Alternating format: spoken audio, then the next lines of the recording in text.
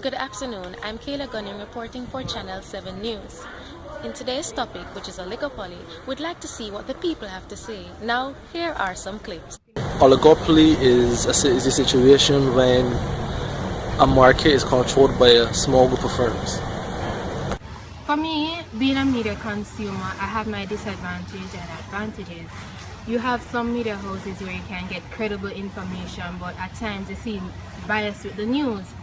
There are other times when you can say, I can go to this source, I can get credible information, and you have different feeder houses that will bring out, publish the same news. So it presents a challenge, and so yeah, it has its disadvantages and advantages. Stuart Walters, in his book To Follow Right, A Journalist's Journey, stated that working for the Gleaner in the 1950s, it had some political influence, and it reported news or published news on behalf of a certain party. So you wouldn't see them condemning that party or even saying anything bad about that party, while the Daily News stood for both parties, highlighting their wrongs and their rights. So media oligopoly, it has its disadvantages and advantages, but one should know that you have to choose credible sources. You have to do your research on certain newspaper.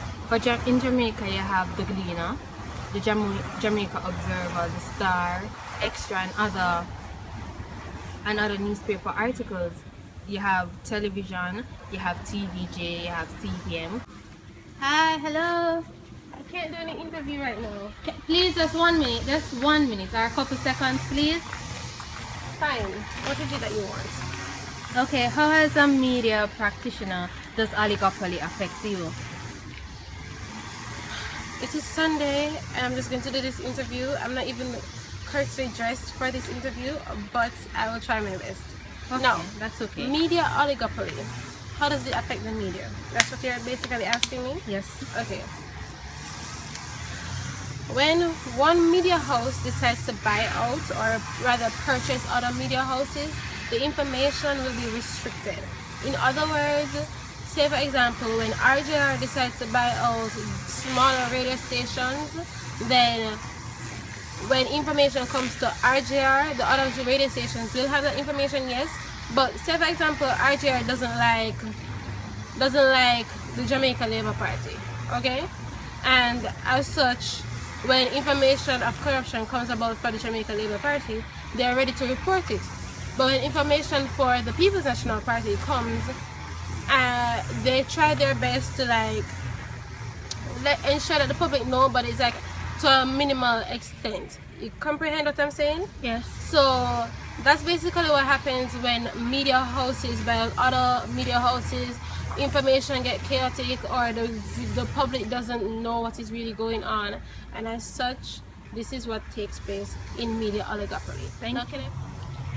Media oligopoly is basically a process in which larger companies buy out smaller companies, and this happens over time, and they do this to increase their revenues and viewership, and this makes them more powerful and profitable, and it increases their viewing audience.